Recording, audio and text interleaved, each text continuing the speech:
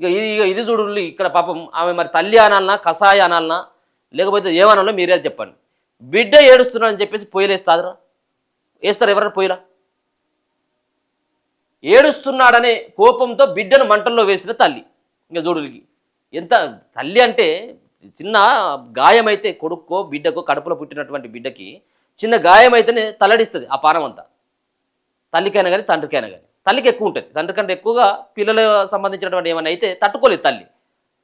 అటువంటి తల్లి ఎంత ఘోరంగా ఏడుస్తున్నాడని, ఏడుస్తే పిల్లలనంగా ఏడవరా? ఏడుస్తున్నారని చెప్పేసి బిడ్డను మంటలు వేసిందట కథం. మరి ఎట్లేసింది? చేతులు కాళ్ళను కట్టేసి నోట్లో గుడ్డలు కుక్కి నిప్పుల పొయ్యిలో పడేసిన వైనం. 2 నెలల శిశువు సజీవ దహనం బౌరంపేటలో ఘోరం. ఎంత ఘోరం చూడు. 2 నెలల చిన్న ఏడవదా? ఏడుస్తుందా ఏడవదా? 2 నెలలు కాదు 4 సంవత్సరాలు 5 సంవత్సరాలు వచ్చేంత వరకు కూడా ఏడుస్తూనే ఉంటారు పిల్లలు అన్నాక. బిడ్డ ఏడుస్తే ఎక్కడున్నా పరిగెత్తుకొచ్చి ఒడిలోకి తీసుకొని లాలించాల్సిన కన్న తల్లి అత్యంత నిర్ధాయంగా వ్యవహరించింది.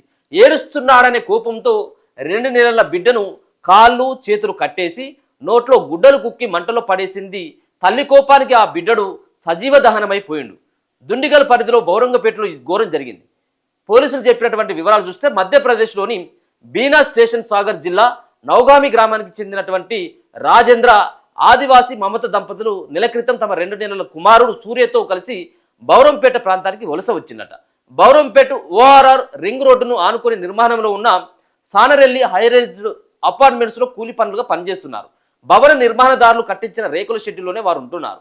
కొన్ని రోజులుగా బిడ్డ అదే పనిగా ఏడుస్తుండటంతో మమత ఉన్మాదిగా మారింది. మంగళవారం ఉదయం తాము ఉండే షెడ్డు చుట్టూ ఎవరు లేని సమయంలో చిన్నారి కాళ్ళు చేతులను తాళ్లతో కట్టేసింది. బిడ్డ ఏడుపు బయటకు వినపడకుండా నోట్లో గుడ్డలు కుక్కింది. ఆ తర్వాత ఇంట్లో మండుతున్న పొయ్యిలో ఆ బిడ్డను విసిరేసింది. తెల్లవారుజామునే పనికి వెళ్లిన రాజేంద్ర 11 గంటలకు ఇంటికొచ్చేసరికి కుమారుడు పొయ్యిలో కాలుతూ కనిపించాడు. చిన్నారిని బయటికి తీసేసేటప్పటికీ అప్పటికే మృతి చెందాడు. దీనిపై మమతను రాజేంద్ర నిలదీయగా అదే పనిగా ఏడుస్తుండడాన్ని భరించలేక బిడ్డను పొయ్యిలో వేసినట్లు చెప్పింది. ఈ విషయాన్ని భార్యాభర్తలు తీవ్ర స్థాయిలో ఘర్షణ పడ్డారు. పోలీసులు ఘటనా స్థలానికి చేరుకుని వివరాలు సేకరించారు. ఘటనపై కేసు నమోదు చేసిరు.